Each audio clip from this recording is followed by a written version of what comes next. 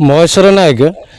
भद्रक जिला बंत ब्लॉक नीलक ग्राम पंचायत रे 6 number ward पलाश गड़िया ये जो पानी टांकी आमर 10 वर्ष काल चालू अच्छी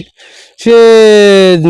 पानी टांकी निम्नमान कम एमती 10 वर्ष है कम सरुनी आमर ये कम देखु कि अवस्थार तुरंत माने अवस्थार चली कम सरी नहीं तो दियाली गड़ी पड़ा मुंडा सीमेंटर कम होची सी आपण मु कंट्राक्टर को कहला कंट्राक्टर कहते आम आम कतरू लक्ष लक्ष टका पीसी कारोबार चलती आम कि कम करूँ कंट्राक्टर फोन उठाऊनी पानी गाँव को पहुँची पारनी बैशाख मास जो खरा उदुदिया खरा लोक पानी पाऊना फोन कला फोन रिसीव करनी